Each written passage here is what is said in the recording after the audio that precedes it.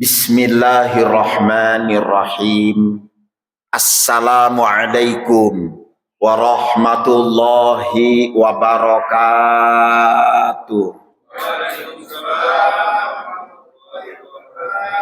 Alhamdulillahirabbil alamin.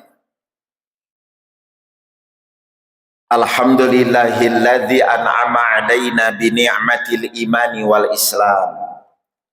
Asyhadu an la ilaha illallah wahdahu la syarikalah khaliqul alam. Wa asyhadu anna Muhammadan abduhu wa rasuluh khairul anam.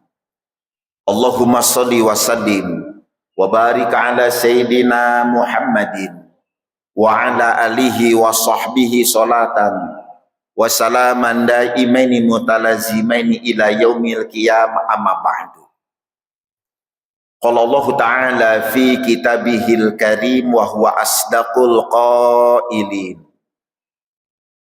Ya ayyuhalladzina amanu ittaqullaha haqqa tuqatihi wa la tamutunna illa wa antum muslimun. Wa qala an-nabiy sallallahu alaihi wasallam, may yuridillahu bihi khairan yufaqihu fiddin. Shadaqallahul azim wa sadaqa rasuluhun nabiyul habibul karim wa nahnu ala dzalika minasyahidina wa syakirin walhamdulillahi rabbil alamin.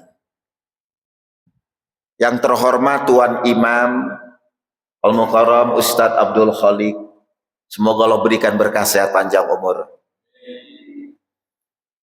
Juga yang saya hormati Takmir Masjid Darul Rahman, Ketua DKM kita Ustadz Wahyu Ridwan SPD. Yang saya hormati MC dunia akhirat kita Ustadz Reza Septiandi, Sarjana Pendidikan. Juga orang tua saya, para tuan guru lainnya, para sepuh bini sepuh, jamaah subuh Masjid Darul Rahman, Bapak Ibu yang dimuliakan Allah Subhanahu wa taala.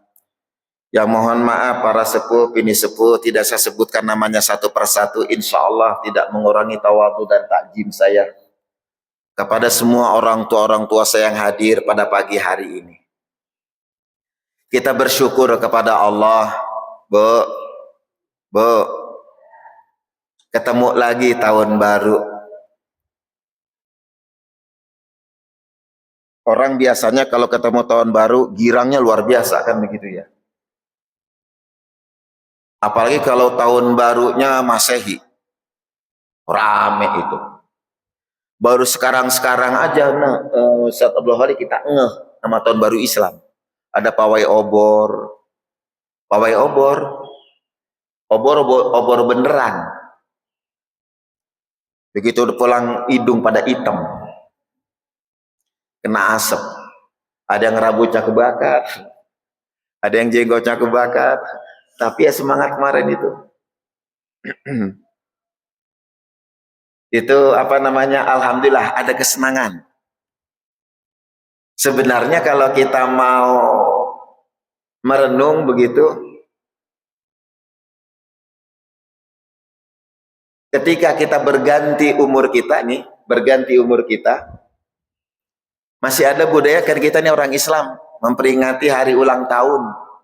Ya nggak salah sih, asal sebagai tasyakur, tahdus binikmah, atas nikmat panjang umur yang Allah berikan. Tapi ingat, setiap ucapan kita itu doa. Tapi doanya sambil nyanyi, panjang umurnya begitu. Padahal kita kagak sadar, ketika umur kita bertambah, sebenarnya umur kita berkurang. Besok kalau mau dirayain gitu, lagunya lagunya ganti, kurang umurnya, begitu, biar mikir. Nah, kita nih umat Rasulullah Shallallahu Alaihi Wasallam, Pak, Bu, Ini umat yang memang dipersiapkan oleh Rasulullah Shallallahu Alaihi Wasallam buat kehidupan di sono, Pak, bukan di alam dunia.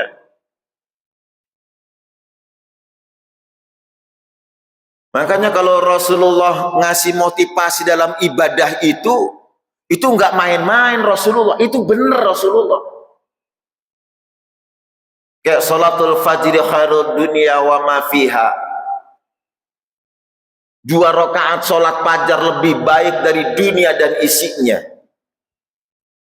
Sampai kata Rasul, kalau sekiranya umatku tahu bagaimana kehebatan pahala sholat subuh, ganjaran sholat subuh, termasuk sholat fajar, yakin dia akan merangkak datang ke Masjid Darul Rahman ini, berjalan walaupun sambil merangkak. Jadi memang kita dipersiapkan buat ke sono, bukan di alam dunia. Jadi kalau seandainya kita ngomong begini amat, jadi umat Rasul, diuji mulu, hidup susah, begitu, dibantai. Tadi cakep di sini dibacain doa ketika kunut. Itulah apa namanya, kita nih umat Islam di Indonesia yang terbaik, Pak. Kita nggak bisa bantu apa-apa buat saudara kita yang ada di timur sono. Ya dengan doa. Kalau ada 40 orang diaminkan tadi itu doa, Allahumma ansurnal umatal muslimin wal mujahidin fi Palestin. Apa nggak kabul, Pak?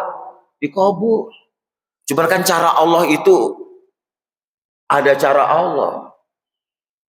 Kalau tahu-tahu Pak Palestina merdeka, terus menang Palestina, kan kiamat, Pak. Emang Ibu mau buru-buru kiamat? Imam Mahdi keluar begitu. Tapi itu doa kita. Karena itu kita masih bersyukur. Kenapa? Kita masih enak ibadah, tenang ibadah, makan enak, minum ada, mau makan apa aja ntar siang nih jalan nih ada di situ, enak kita.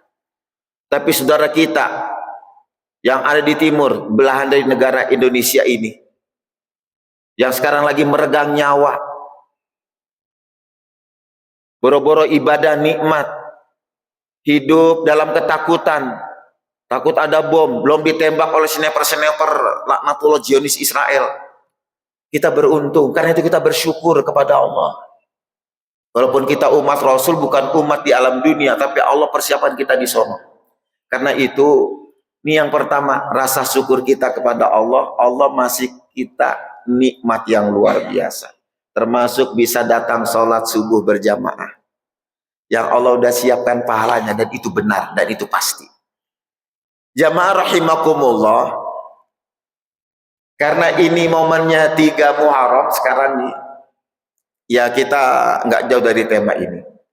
Sambil kita muhasabah, tadi imam kita Ustaz Abdul Khalid membacakan surah itu, penggalan ayat, ya ayyuhalladzina amanu taqullah, ittaqullah. Itu luar biasa tuh. Itu ingetin kita. Sampai itu diulang lagi, wattaqullah, ditaukid.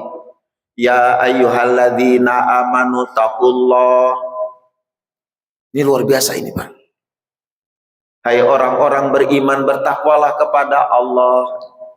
Ini walaupun ada beberapa kalimat dari beberapa ulama kita, orang bertakwa itu untuk ukuran awam nih kita, dia sanggup melaksanakan perintah Allah dan menjauhi larangan Allah.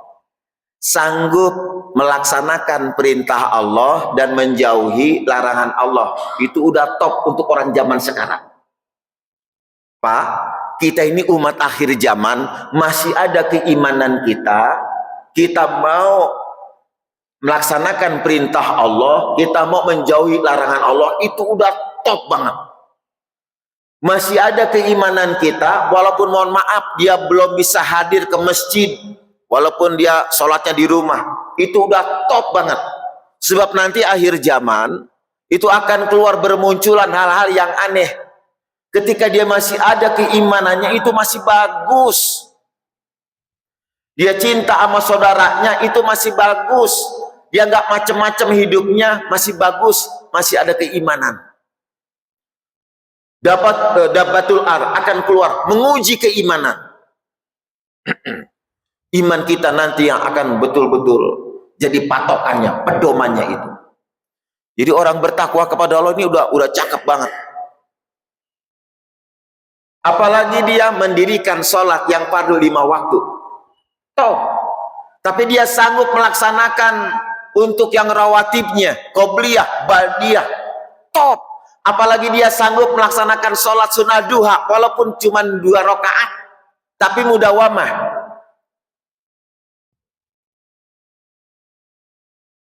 Kata ulama, mendawamu duha lam fakir abadan. Siapa orang mendawamkan sholat sunnah duha, nggak bakal fakir selama-lamanya. Mohon maaf, motivasinya kan kalau para ulama menyebutkan kalau pengen kaya raya hidup di alam dunia, sholat duha. Itu motivasinya. Sama motivasi Rasul pun begitu. Kalau pengen hidup berkah, kaya raya, sholat sunnah duha. Sebenarnya bahasa Rasulullah itu dalam untuk kita bersyukur sholat sunnah duha itu. Allah masih berikan rezeki kepada kita. Rezeki mau diatur sama Allah.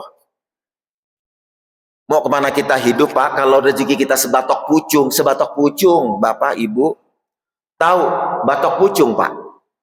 Dulu itu ada tukang es cendol, Ustadz Reza, itu buat nyendok gulanya pakai batok pucung. Nah, pakai batok pucung tuh. Dulu Pak Haji. Sekarang udah jarang ya pakai batok pucung. Kalau rezeki sebatok pucung nih, orang tua dulu ngomong rezeki lu mah sebatok pucung. Rezeki sebatok pucung itu ditaruh di tempat gula, setoples di sendok segitu. Ditaruh di ember gedean sedikit, segitu. Ditaruh 1 bak nih yang gede, segitu-gitu juga. Sampai ditaruh di setu, kan luas setu. Ya segitu. Sampai ditaruh di lautan luas, segitu luasnya. Rezeki sebatok pucungnya segitu-gitu juga. Wa ma min dabatin fil ardi illa Allahi rizquha. Ya tidaklah semua makhluk Allah itu melainkan sudah diatur rezekinya, sudah dikasih sama Allah. Itu kayak begitu tuh.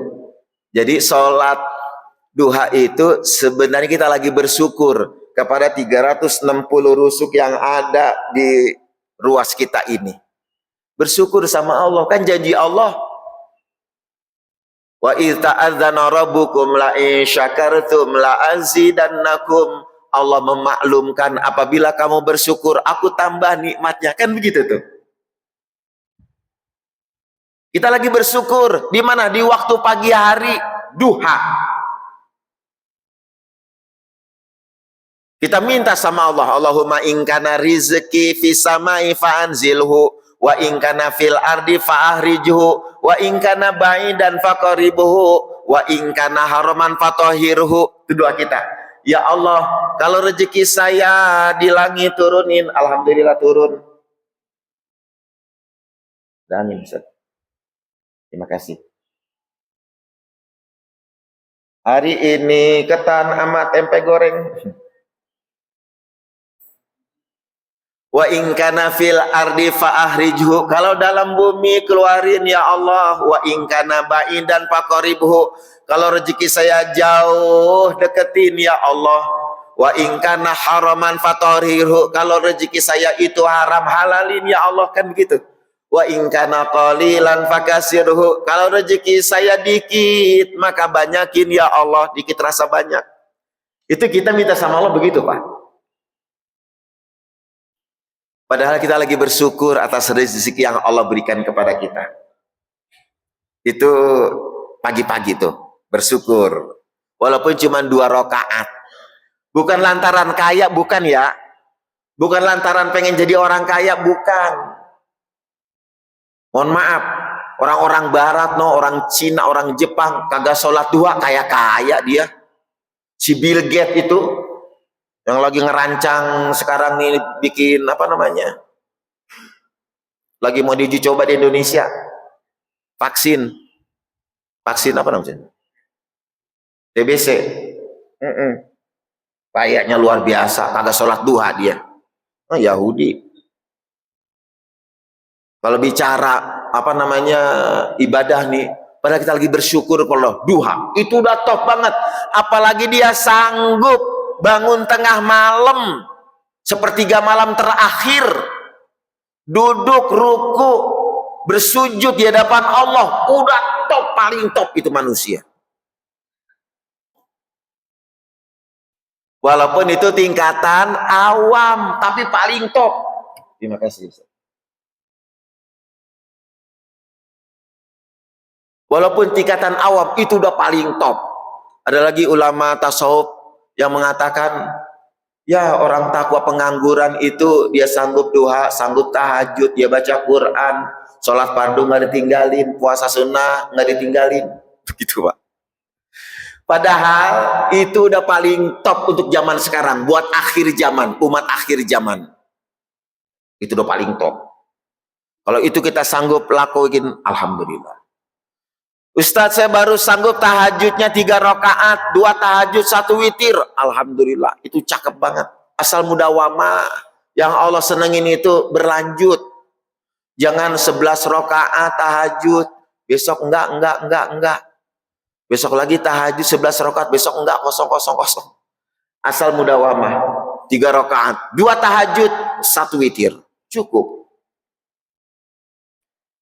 Itu udah luar biasa, paling top.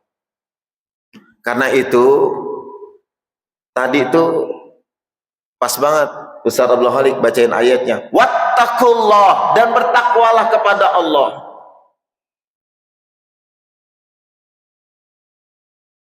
Jadi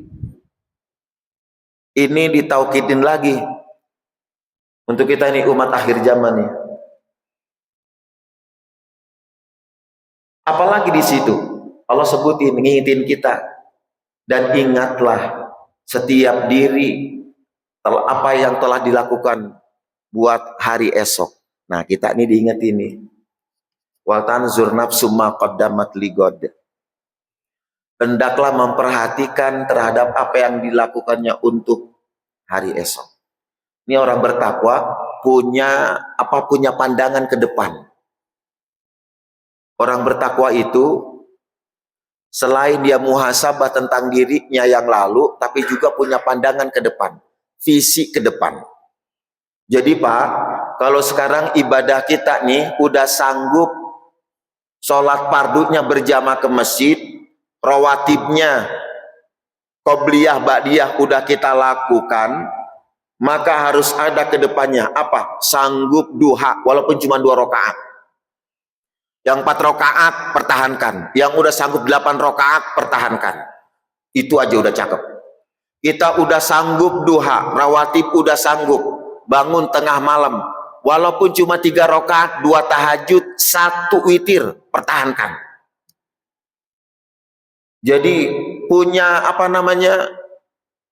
punya sesuatu yang kita senengin.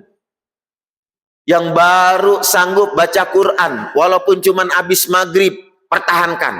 Besok tambah lagi, habis subuh. Kalau nggak sanggup di masjid, ya di rumah. Walaupun cuma 3 ayat, nggak apa-apa Bu. Pertahankan. Wal tanzur nafsum ma qaddamat ligod. Jadi ada visi kita buat kebaikan diri kita. Karena kita nggak tahu, kata ulama, al-mautu ya'ti baghtatan. Maut itu datangnya tiba-tiba. Ini buat umat akhir zaman, mati itu datangnya tiba-tiba, mati mendadak namanya. Karena itu kita siapin diri kita dari sekarang. Harus ada sesuatu dari ibadah kita yang kita senengin, begitu. Jadi jangan salah nyenengin sesuatu. Bapak, Ibu, senengin aja dulu, walaupun kita belum sanggup untuk istiqomah, senengin aja dulu. Sebab ada Rasulullah menyebutkan, nanti umatku itu mati dengan apa yang disenanginya. Kalau kita emang senang tahajud, udah senang banget, mudah-mudahan lagi tahajud, Allah panggil, Masya Allah. Kita senang duha, lagi duha, kita senang berjamaah, lagi berjamaah. Jadi harus ada begitu. Karena itu, ini motivasi awal. di tahun baru nih. Jadi hendaklah memperhatikan setiap diri apa yang akan diperbuat untuk esok hari. Karena itulah kita nih umat Rasulullah Shallallahu Alaihi Wasallam yang buat dipersiapkan di sono nih. Karena Rasul udah ngeliat sendiri ibu, ketika Mi'raj sampai kata Rasul mala ainun ra'at pak, wala udhunun sami'at, wala khatara ala qalbil bashar. Itu satu tempat yang dikasih lihat Rasul, mala ainun ra'at, tidak pernah terlihat oleh mata, saking indahnya.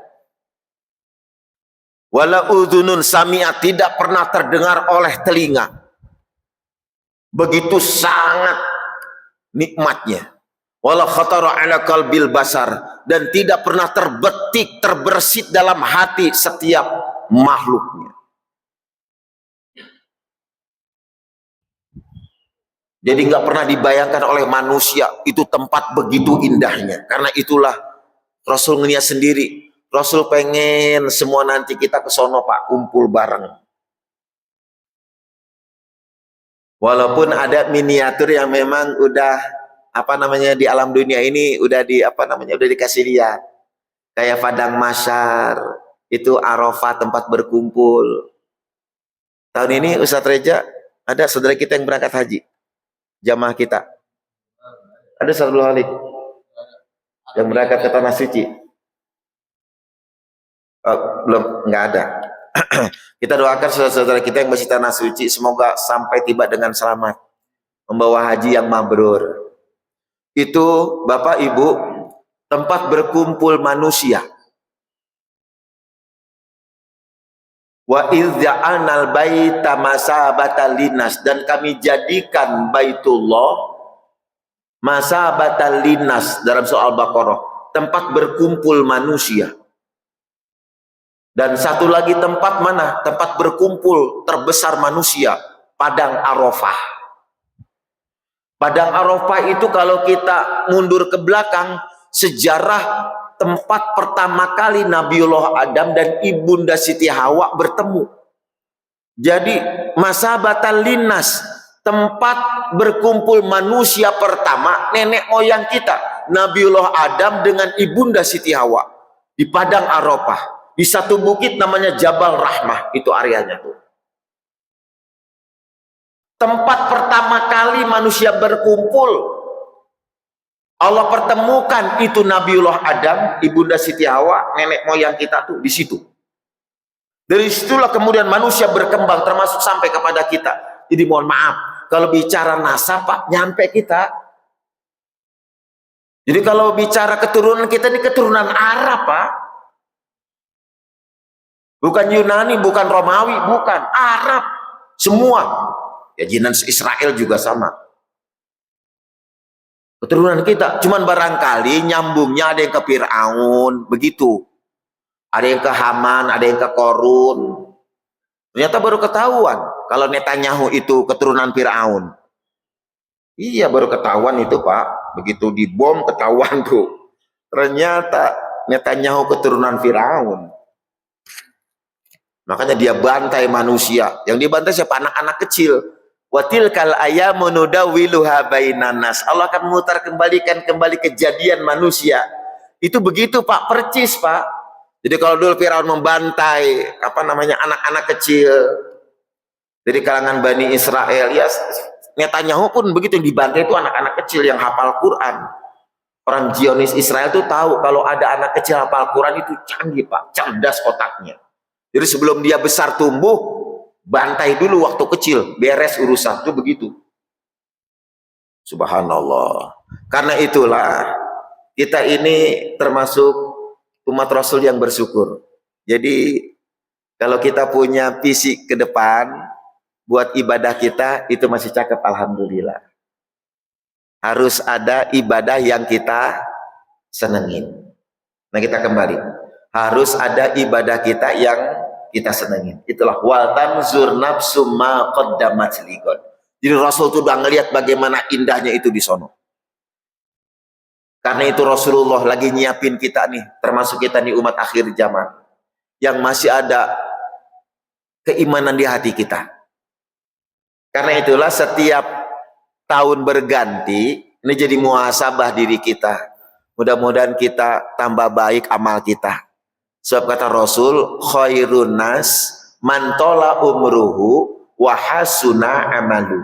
Ini kata Rasul, sebaik-baik manusia yang dikasih umur panjang sama Allah, nih, umurnya panjang tapi bagus amalnya. Itu begitu. Jadi amal kita yang tahu, yang kita tahu amal baik kita, ya sholat subuh berjamaah, belum lagi kita sodako, infak sodako, belum lagi bantu saudara kita.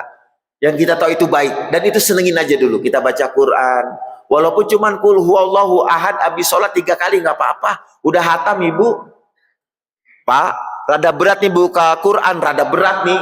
Kadang-kadang kan kita begitu, sekalinya buka Quran, pengen baca surat Yasin, karena itu sedikit apal dan rada bisa begitu. Bismillahirrahmanirrahim. Yasin. Assalamualaikum. Shadaqallahul azim. Kita baca. Kamu udah pulang. Kita terusin lagi. Yasin. Wal Qur'anil karim. Wal Qur'anil. Innaka laminal. Itu baru 5 ayat udah nguap 3 kali. Masya Allah. Ngantuk amat ya. Terusin. Walaupun itu kita nggak sampai bacanya sampai selesai, asal ada sesuatu yang kita senengin. Jadi begitu. Karena nanti di yaumil akhir, Bu, kalau kita ditanya wama imamuka, apa pedoman hidupmu? Jawaban kita apa? Al-Quran. Ketika nanti kita jawab Al-Quran, buktinya ada enggak?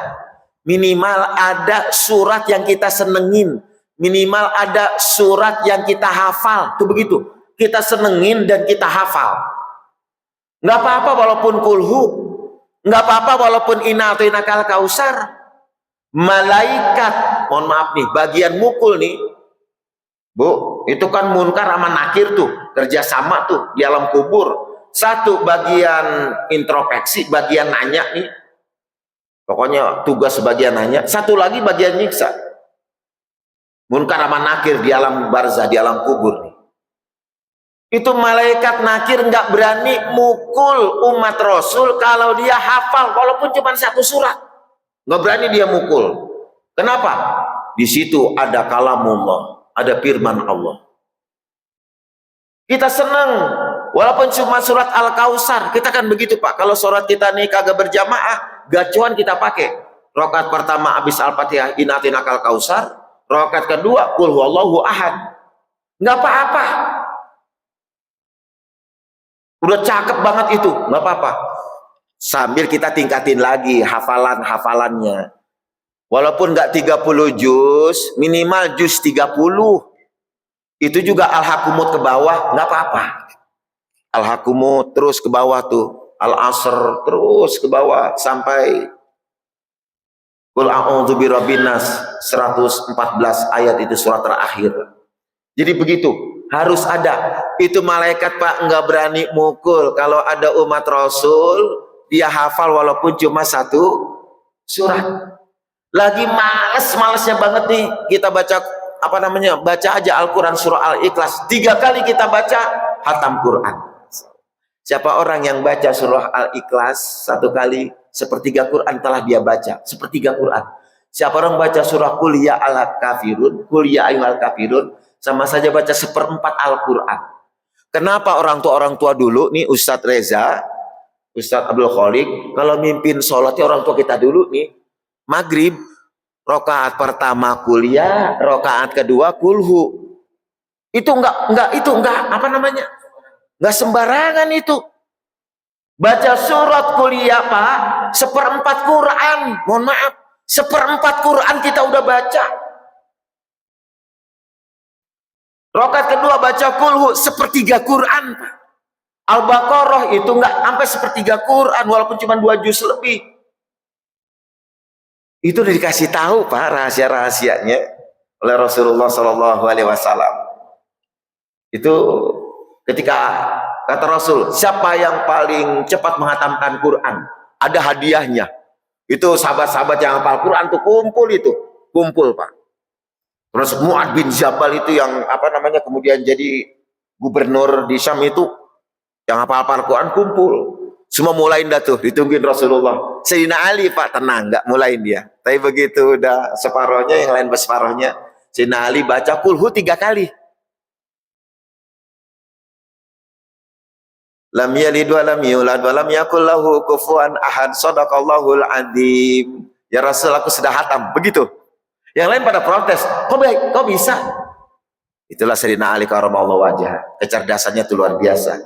Ya, sudah yang duluan hatam sudah selesai, Sayyidina Ali. Karena sudah tahu dia, Rasul sudah menyampaikan, siapa orang baca qul huwallahu ahad 1/3. Kata Rasul sampai ngulangin itu, bukankah engkau mendengar bagaimana aku mengatakan siapa orang baca kulhu 1 kali sama saja baca 1/3 Al-Quran. Kalau dia baca 3 kali, maka selesailah Al-Quran dibaca, hatam Quran. Itu Pak, kenapa imam kita nih kalau zikir, kadang zikirnya lengkap itu baca kulhu 3 kali, Al-Falaq, An-Nas. Itu bukan main-main Pak, karena memang ada tuntunannya di Rasulullah Shallallahu Alaihi Wasallam. Itu begitu. Jadi harus ada Pak, bacaan Quran yang kita senengin, bacaan Quran yang kita hafal. Walaupun itu, apalagi Al-Fatihah Pak, Masya Allah, jangan main-main Al-Fatihah. Salah satu surat yang langsung turun dari Lauhil Mahfuz, nggak mampir lagi ke langit dunia, langsung turun ke alam dunia. Dikawal 7.000 malaikat, dipimpin malaikat Jibril, langsung turun kepada Rasulullah Shallallahu Alaihi Wasallam. Jadi ada beberapa surah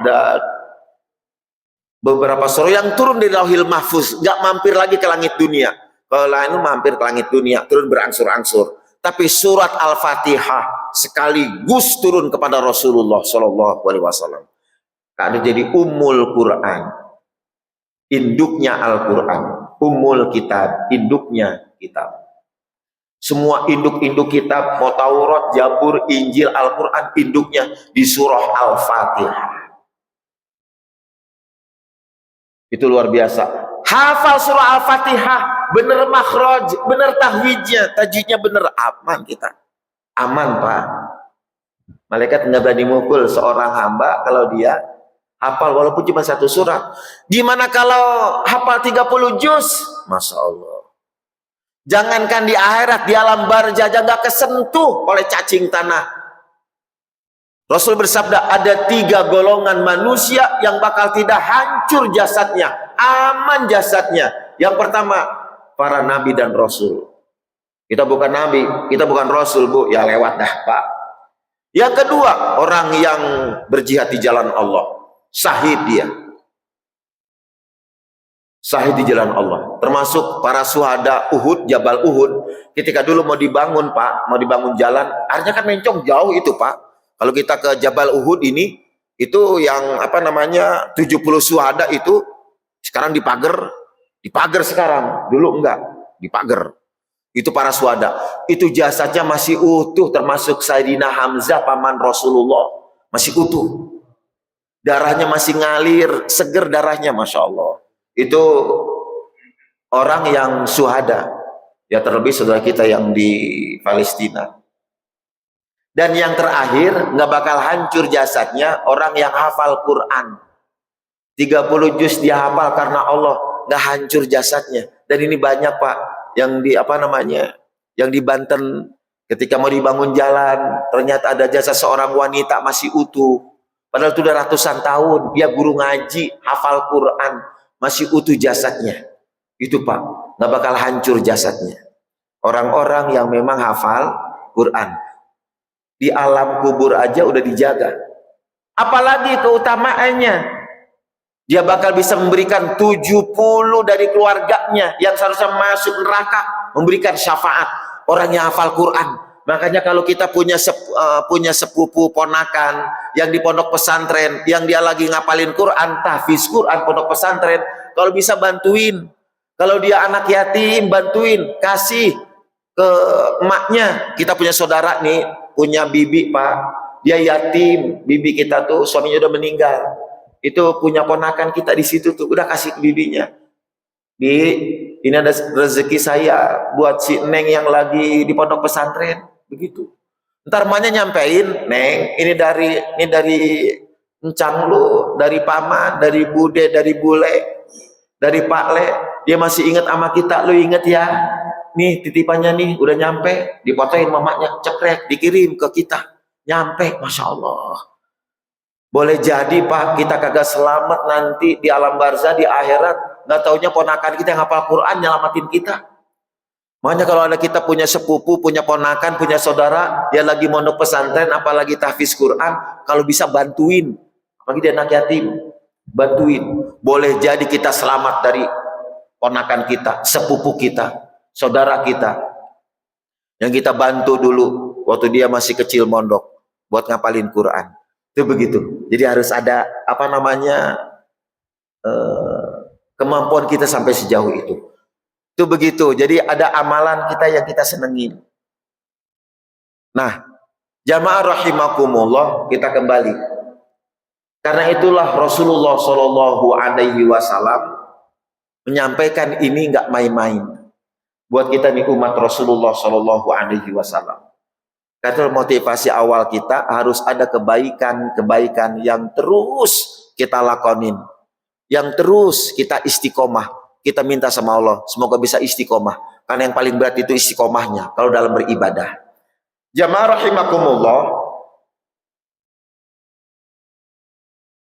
begitu kita udah tahu nih, buat ibadah-ibadah kita, buat kedepannya nih, karena kita nggak tahu bagaimana buat kedepannya nih dari tahun 1440 Hijriah yang sekarang. Ya mudah-mudahan kita wilayah Indonesia aman begitu.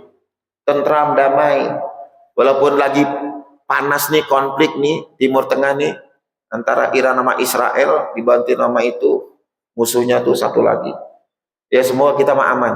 Bagaimanapun apa yang terjadi Pak, kalau kita udah ibadah kita tenang. Nih umat Islam nih, kalau udah dia ibadah kepada Allah, Allah kasih ketenangan dalam hatinya.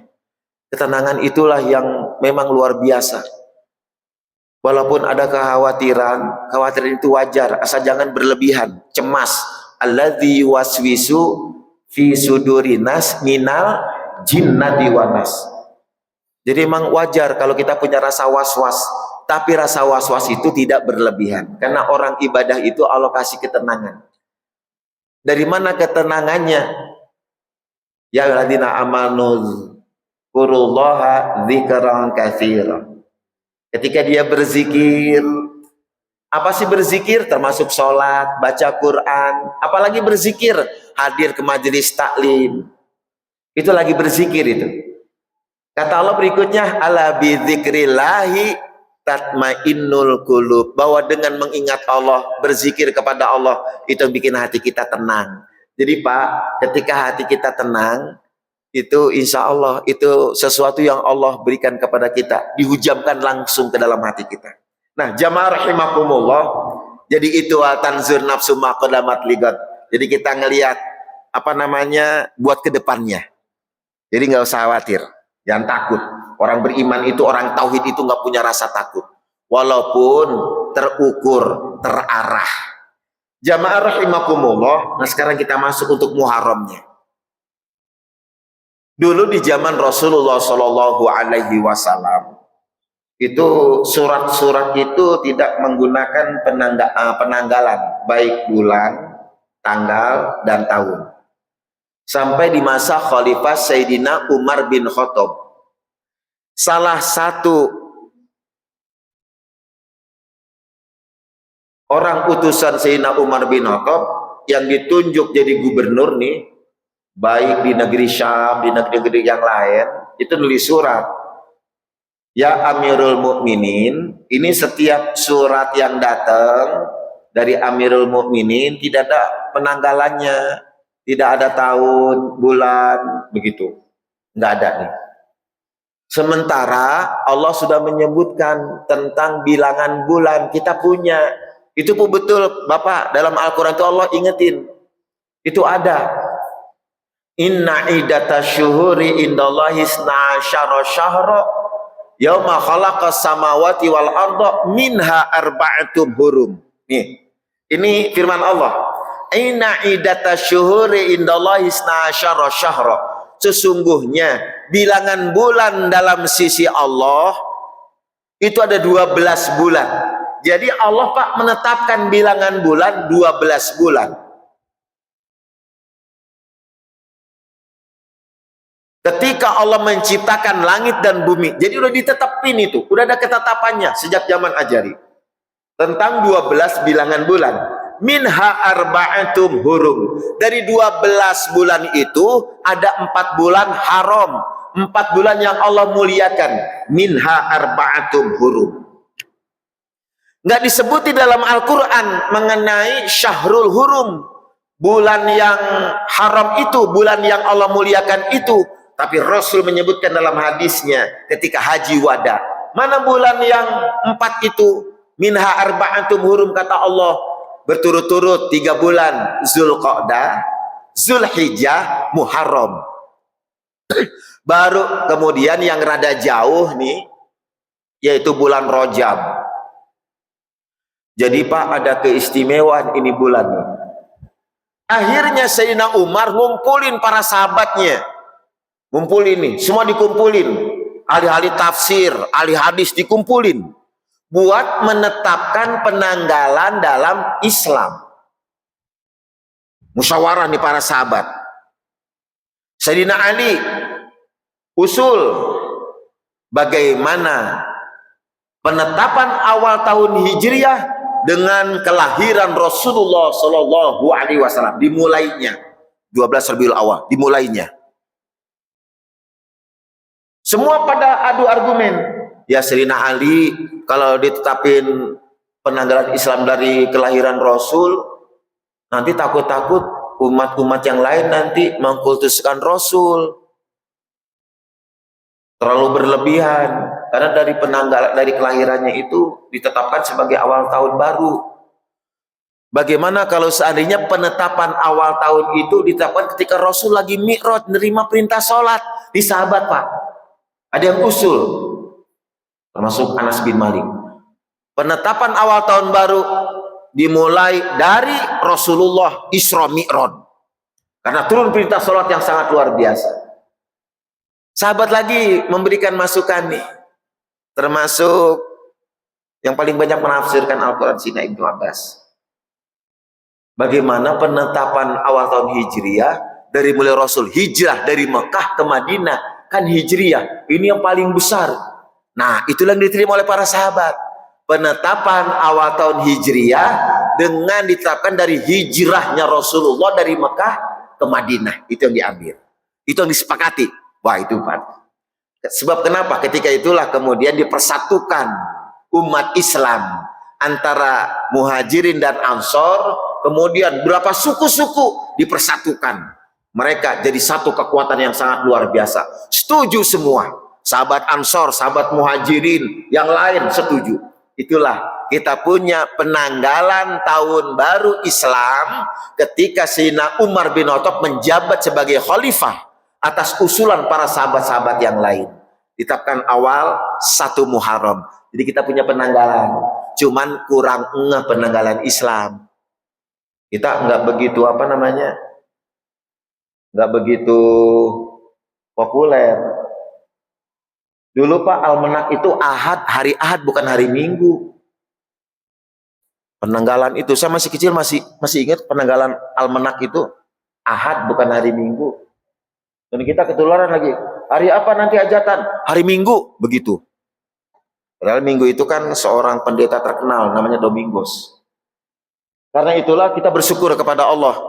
Kalau ini kita nih yang sekarang sudah di 1447 Hijriah, kita dulu diabadikan oleh para sahabat supaya kita mengenal, punya penanggalan yang itu merupakan Allah ketetapannya dan juga Rasulullah. Jadi nggak main-main penanggalan Muharram. Apa keistimewaan bulan Muharram, Bu? Dan amalan apa yang terbaik di bulan Muharram? Kita nih nanti ada mengenal istilah Tasu'a dan Asyura. Tasu'a tanggal 9 Muharram, Asyura tanggal 10 Muharram. Ini pahala puasanya sangat luar biasa. Jadi Rasulullah sejarahnya ketika sampai ke Madinah, nih beberapa hari di Madinah, Bu, biar tahu nih apa namanya puasa Asyura tanggal 10 Muharram. Itu orang-orang Yahudi pada puasa, orang-orang Yahudi, rahib-rahib Yahudi, orang-orang Yahudi nih. Ini Yahudi yang apa namanya? Yang ahli kitab. Rasul nanya sama orang Yahudi, "Kenapa kalian puasa?" Begitu. Karena Rasul pernah ngajak nih, karena sebagai pejabat ngajak orang-orang rahib Yahudi untuk kumpul bareng. Ditawarin makanan, "Ya Muhammad, kami lagi puasa, kami lagi saum." Maka Rasul nanya, "Kenapa kamu puasa?" "Ya Muhammad, ketahuilah tanggal 10 ini dulu Nabiullah kami, Nabi Musa diselamatkan oleh Fir'aun tepat tanggal 10. Ketika Nabiullah Musa mau nyeberang lautan, ditolong sama Allah. Itu lautan terbelah menjadi 2. Padahal Al-Quran nyebutin itu, Pak. Al-Quran nyebutin sejarahnya ini dalam Al-Quran. Sehingga kemudian Fir'aun ditenggelamkan, itu tanggal 10 Muharram. Diselamatkan itu Nabi kami. Karena itulah menghormati Nabi kami berpuasa. Nah, di situ Rasul bersabda, "Aku lebih berhak daripada kalian." Kenapa? Karena Rasul juga Nabi. Nabiullah Musa juga Nabi. Rasul sebagai Nabi akhir zaman, penutup para Nabi, harus punya kualifikasi ibadahnya melebihi umat-umat yang lain. Dalam hal ibadah, dalam hal muamalah, dalam hal sosial. Begitu maksudnya. Itu begitu. Aku lebih berhak daripada kalian. Kalau seandainya aku bertemu dengan Muharram tahun depan, aku akan berpuasa. Itu begitu. Karena itulah dalam riwayat, Pak, ternyata Rasul nggak ketemu. Jadi puasa Asyura itu ketetapan Rasulullah Shallallahu Alaihi Wasallam. Nah, karena tanggal 10 ini umat Yahudi, puasanya orang Yahudi, Rasulullah menyelisihinya. Apa selisihnya? Kata Rasulullah, awali dengan 9 Muharram, yaitu dikenal dengan Tasu'a. Jadi untuk menyelisihi, sebab nggak mau Rasulullah tasabuh biqaumin, begitu. Tasabuh itu kalau bahasa kitanya itu apa? Tasabuh itu mengikuti. Terima kasih Ustaz. Mengikuti. Nggak mau Rasul tasabuh. Jadi Rasulullah menyelisihinya dengan sebelumnya di tanggal 9. "Ustadz, saya mau ngambil tanggal 10 aja karena Rasul menetapkan." Gak apa-apa. Ittiba karena Rasulullah begitu bahasanya. Ibu mau tanggal 9 dan 10 Tasu'a Asyura, alhamdulillah cakep. Dan pahalanya tidak terbilang. Sebab Rasulullah bersabda, puasa terbaik setelah Ramadan adalah Tasu'a dan Asyura. Itu Rasulullah. Jadi kita nih ada amalan nanti tanggal 9 dan 10. Tanggal 9, 10 jatuhnya itu di tanggal 5 Juli dan 6 Juli. Hari Sabtu dan hari Ahad. Hari Sabtu dan hari Ahad. Tanggal 5 Juli besok, Bu, nih Sabtu besok. Tanggal 5 Juli dan hari Ahad. Itu apa namanya 9, 10. Ustaz, tanggal 5 banyak banget undangan. Tanggal 10 apalagi itu 10 Muharram ngundang anak yatim. Yang ngundang anak yatim ini nyiapin ya. Kita ngadain sini biasanya Ustaz Abdul Halik, Ustaz Reza. Biasa ngundang anak yatim juga. Iya, insya Allah. Ustaz Abdul Halik. Tanggal 5 itu hari Sabtu banyak banget undangan. Sebab saya insya Allah nikahin anak saya yang pertama tanggal 5 Juli. Mohon doanya guru, mohon doanya Ustaz Abdul Halik di gedung MUI sini.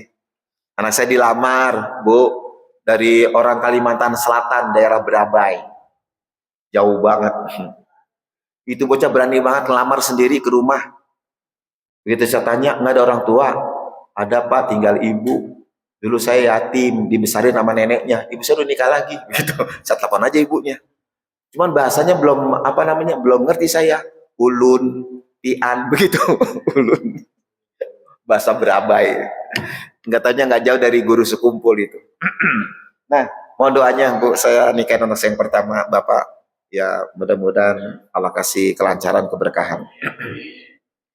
Ini keutamaan, keistimewaan bulan Muharram. Apalagi Nabiullah Ibrahim nggak mempan dibakar api di bulan Muharram. Itu keistimewaan Nabiullah Ibrahim. Apalagi Nabi Yunus keluar dari perut ikan paus di bulan Muharram. Itu sahabat Rasulullah, Ikrimah namanya. Ikrimah ini anak Abu Jahal, Pak. Siapa nggak ngira bapaknya musuh Nabi, anaknya cinta sama Nabi, yang banyak meriwayatkan hadis. Ikrimah ini ahli sejarah. Ikrimah ini, makanya ketika hijrah dari Mekah ke Madinah, ini Ikrimah ikut.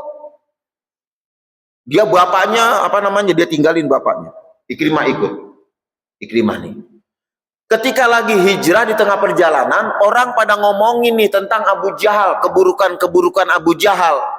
Rasul ngedenger, apa kata Nabi? Kufa ad-dimai Abi Jahlin bi amama Ikrimah. Udah cukup, jangan omongin kejelekan Abu Jahal di depan Ikrimah. Masya Allah. Ini Adam. Secara nggak langsung, kalau orang udah meninggal, udah mati, udah wafat, jangan sebutin kejelekannya. Ini adab nih.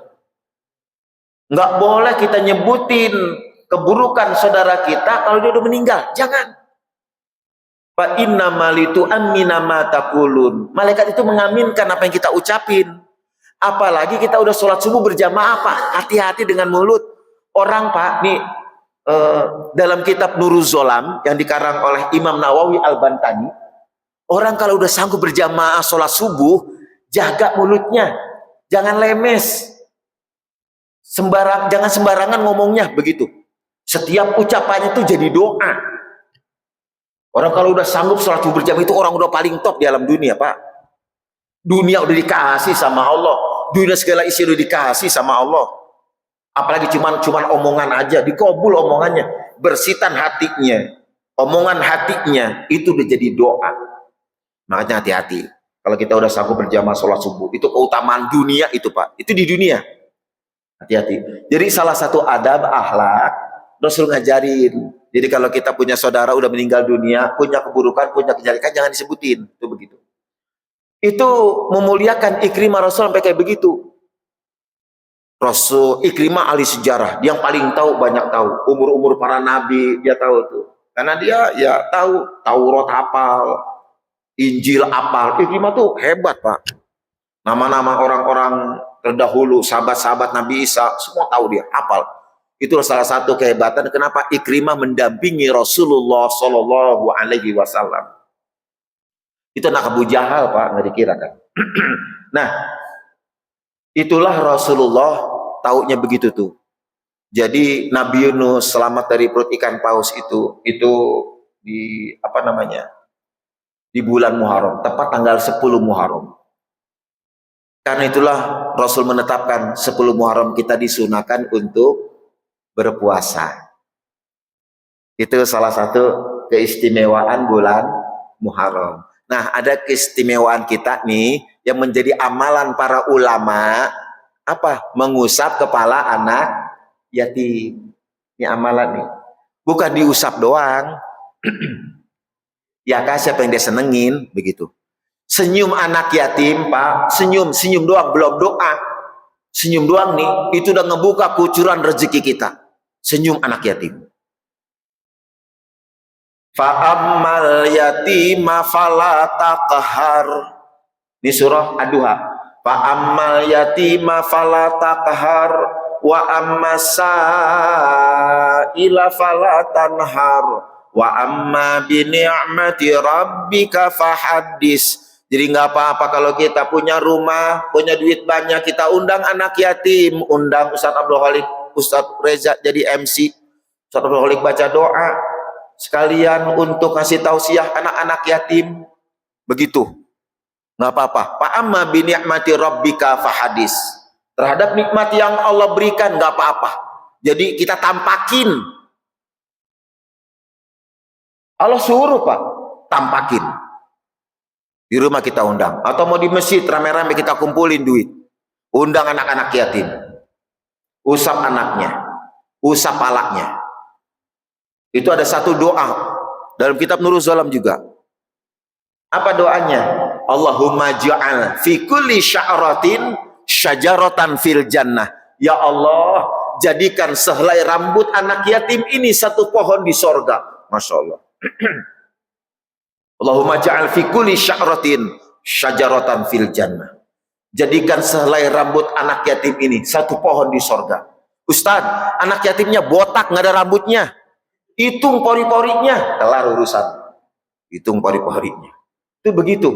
Jadi ada salah satu amalan yang dulu para ulama mengusap kepala anak yatim, licin. Laki-laki dari depan ke belakang diajarin. Sebab Rasulullah ketika ngusap anak yatim itu, sahabat Anas bin Malik lihat dari depan ke belakang. Tapi kalau perempuan dari belakang ke depan beda. Ini apa namanya? Saya nyari keterangannya hanya sama ulama, termasuk guru-guru. Ketua MUI Kota Depok, jawabannya itu ya begini. Kalau anak laki-laki dari depan ke belakang, kalau dia pakai peci, ya paling melorot peci ke atas, begitu. Sebab rambut laki-laki bukan aurat. Tapi kalau perempuan, kalau diusap di depan ke belakang, jilbabnya melorot, kelihatan rambutnya, nggak boleh. Ya paling dari belakang ke depan, paling ntar jilbabnya nutupin mukanya, begini. Tapi kan rambutnya nggak kelihatan, gitu. Itu Masya Allah. Itu makola, itu makola. Begitu. Ustaz, anak yatimnya bangor banget, unyeng-unyeng palanya. Lu bangor amat, lu badernya luar biasa, unyeng-unyeng palanya, sambil dikasih doain. Itu yang namanya anak yatim Pak, itu punya kelebihan, makanya unik, anak yang unik. Kita marahin dia, yang disono marah. Kita kasih hidupin, Allah hidupin kita. Nggak ditunggu nanti Pak, Allah kasih dalam dunia berkah rezeki kita, lancar usaha kita, itu begitu. Tapi kalau kita sakitin dia, bahasanya kita sakitin, sampai kita hardik anak yatim, Allah juga marah. Nggak nunggu di akhirat, dikasih terus di alam dunia, itu turun. Nauzubillah. Atiam, unik. Nah, batasan yatim itu para ulama dari mulai dia lahir ke alam dunia sampai akhir balik. Akhir balik itu ya, kalau kita sekarang usia 0 sampai 15 tahun, itu balik. Ustadznya anak yatim udah 17 tahun, 18 tahun, udah SMA, udah perguruan tinggi, masuk. Cuma namanya bukan yatim, duafa. Makanya nanti santunan yatim dan duafa. Siapa duafanya? Yang udah dewasa, tapi dia masih sekolah, masih kuliah, belum bisa dia cari duit, bantuin buat sekolahnya. Apalagi dia mondok, tuh duafa namanya. Jadi tepat. Sebab udah ada yatim, udah keluar dia. Sebatasan yatim itu dari mulai 0 sampai 15 tahun. Kalau udah 18 tahun, 20 tahun, dia yatim tapi belum bisa menghasilkan, belum bekerja, maka tetap boleh kita bantu buat kuliahnya, buat sekolahnya di SMA. Namanya duafa. Jadi begitu, biar aman panitia. Nah, jamaah rahimakumullah, jadi itu keutamaannya. Mudah-mudahan kita dikasih kelapangan rezeki, dikasih badan sehat walafiat, tambah semangat ibadah kita buat menutupi kekurangan-kekurangan kita di tahun-tahun yang kemarin. Makanya kata Rasul berikutnya, wasyarrun nas man tola umruhu wasa'a amalu. Sejelek-jeleknya manusia dikasih umur panjang sama Allah, tapi semakin buruk amalnya. Nauzubillah. Karena itu mudah-mudahan kita panjang umur, amal kita tambah baik. Sampai di sini yang dapat saya sampaikan, kurang lebihnya mohon maaf. Wallahul muwaffiq ila aqwamit thoriq. Wassalamualaikum warahmatullahi wabarakatuh. Waalaikumsalam warahmatullahi wabarakatuh. Jazakumullahu khairan. La ilaha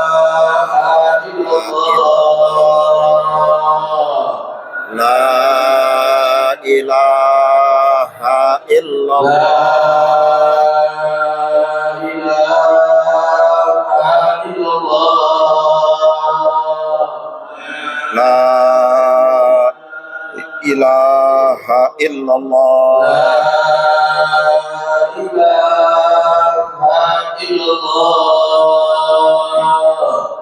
La ilaha illallah.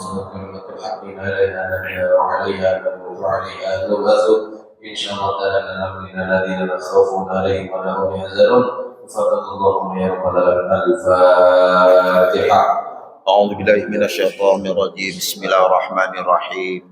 Alhamdulillahi rabbil alamin. Arrahmanir rahim. Maliki yaumiddin. Iyyaka na'budu wa iyyaka nasta'in. Ihdinas siratal mustaqim. Siratal ladzina an'amta 'alaihim ghairil maghdubi 'alaihim waladdallin. Amin. Wa fadaya karim bi rahmatika ya arhamar rahimin. Allahumma bihaqqil Fatihah wa bisirril Fatihah wa bi karamatil Fatihah wa bil mujizatil Fatihah ya farijal ham ya kasifal gham ya mali abdihi ya ghafir wa yarham. Allahumma nawwir qulubana bi nuril ilmi wal hidayah. Allahumma nawwir qulubana bi nuril ilmi wal hidayah. Allahumma nawwir qulubana bi nuril ilmi wal hidayah. Da'wahum fiha subhanakallahumma wa tahiyatum fiha salam wa akhiru da'wahum anil hamdulillahi rabbil alamin.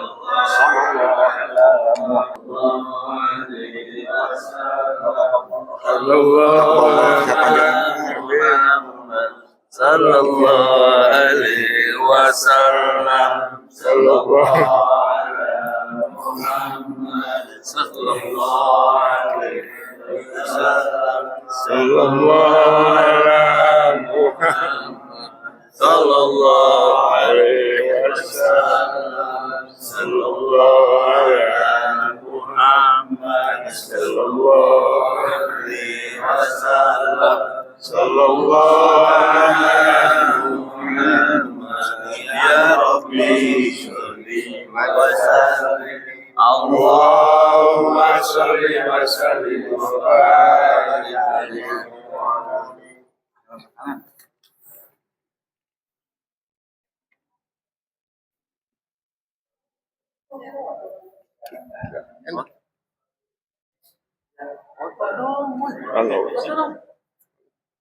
Dikirim ya.